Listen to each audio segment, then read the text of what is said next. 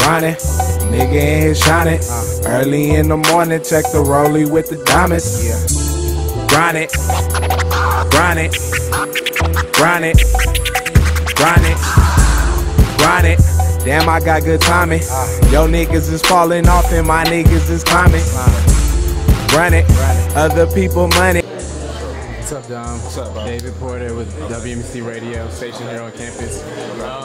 You were in the BET Cyphers recently, like mad hot. A lot of people talking about them, and a lot of dope rhymes. But it seemed like a lot of guys were taking shots at, a lot of the new school rappers talking about skinny jeans or weed rapping or all stuff like that. I mean, when you hear that type of stuff, like, one, does it offend you, and two, kind of where do you think it comes from those guys? I mean, well, that's like a lot. It's a lot of parts to that. Does it offend me? No, not really. Because a lot of things that they say, like, I either don't fall under the umbrella, or if I do, it's like kind of on the borderline. So it's like I don't really like going into it trying to read into it or like take myself too serious. Like, oh, he's talking about me. And then the other side of that is where it comes from. I just think it comes from, honestly, I think it comes from a good place from the older dudes. I feel like they just want more of, the tradition and the younger artists to carry, the hip hop thing along. And it is on the borderline like I don't want to say hate, but I don't think it is. It's not like pure hate, because I think they want to see him do better. You know what I'm saying? Like people like Busta Rhymes, L. Cool J got the Lifetime Achievement Award, I think it's called, on the BET Hip Hop Awards that year. I think that in his heart he wants, the young guys to, represent hip hop right and push themselves and come with intelligent rhymes and, you know what I'm saying, things like that. So I think that it's just kind of like, come on, you know what I'm saying? Like they notice certain stuff and they like, come on, y'all gotta go. But then again, they don't understand it. They're not in the same, places that I go to, or even people younger than me. You know what I'm saying? They're not there, and it's hard for them to like understand. You know what I'm saying? When you're not growing up in these times. Yeah, definitely. You reference Tupac a lot in your music. I mean, you talk about him being one of your faves. I mean, obviously he's dead right now. Rest in peace to him. But if he were alive and he heard some Dom Kennedy music, I mean, what do you think his reaction would be, and kind of what he'd say about it? I mean, I think he would love it.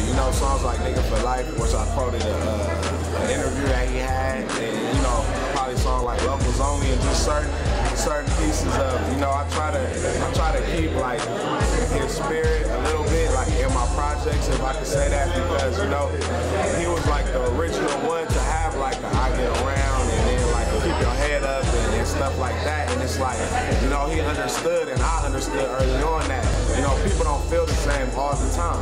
That's the main thing. Like, you can't make a whole party record. You can have a song because sometimes you do want to have fun, but it's not. It's 7 days in a week. You feel different every day. You don't want to. When you gotta go to school on Monday, you don't want to hear a nigga talking about, oh, I'm just popping bottles. You know what I'm saying? Doing all this shit. Like, you don't want to hear that. Right? Like, you don't. You want to get up and go through your day, and you know what I'm saying, give you something to, keep your head on straight. You know what I'm saying? That's what I kind of try to do. Yeah, definitely. All right. I mean, you speaking of keeping your head on straight. I mean, you talk about women a lot. Girls. Hoes. I mean, whatever. As far as on tour, what would you say? Maybe, I don't know, craziest groupie story you've had, or maybe stinkiest vagina or just woman you thought you was about to sleep down when you was like, oh, they don't smell right. You know what I'm saying? So tell us about that. I mean, I don't know. I can't get into that. I know that has to be one time. Honestly, nothing really sticks out to me. You know what I'm saying? I'm kind of like, I like to see the women in the crowd. Obviously, a lot of them come with their dudes. You know what I'm saying? Keep it real. But I just like to see women in the crowd, you know what I'm saying, having a good time, seeing what songs I identify with. I don't really get too much, you know what I'm saying, into it other than that.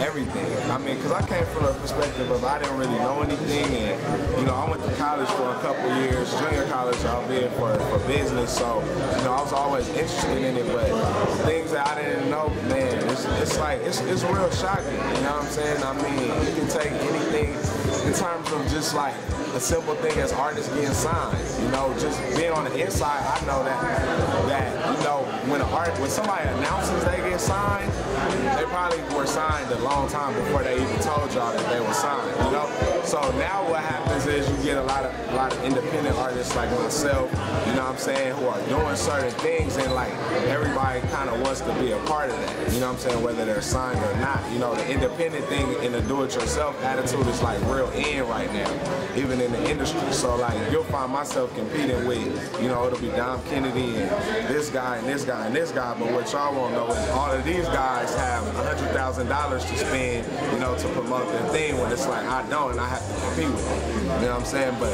you know, that's something that I didn't know. You kind of look at it like everybody, you know, from back looking at it, you look at it like, oh well, they all just doing the same thing, but really, you know what I'm saying, it's not really like that. You know, but that's part of the business, you know, and you got to compete, you know, still on those levels.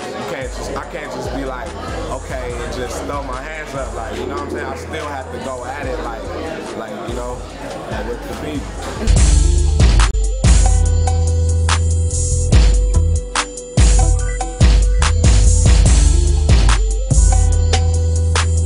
Never say until the, you know, the deal's on the table and the money is, you know, down. But you know, the one that I feel like probably, it's just like anything, you know, the people that you feel like you could work with the most and get the most out of your situation is probably the best, you know, the best fit for you. You know, sometimes it's really not all about the money, it's about the longevity of the situation.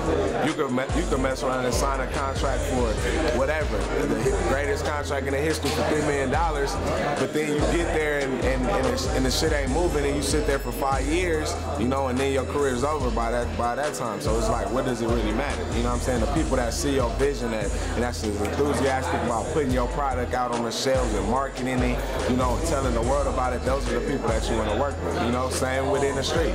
You know, your homies that's really supporting you, you know, from the bottom up, that y'all really riding with it, and you know, those are the people that you want to work with. So it's the same thing with a label, you know?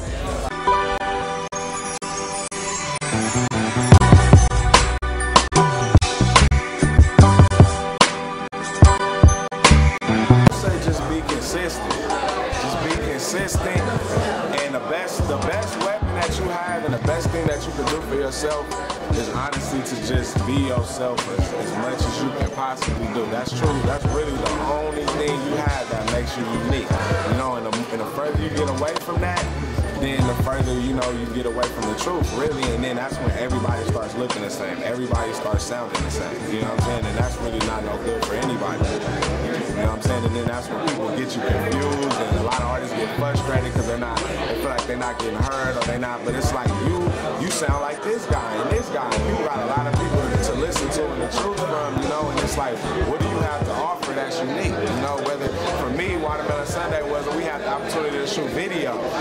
You know, we did a video for Watermelon Sunday because my cousin happened to be a film student, and we said, you know what, a lot of people have songs on how people do this, and they talking about this, but let's show them. You know, let's show them the street that we walk on, you know, every day, and let's throw this pool party and film it, you know what I'm saying, and bring our friends, and you know what I'm saying, and let's really show them how we live, and that's what kind of worked for me early on.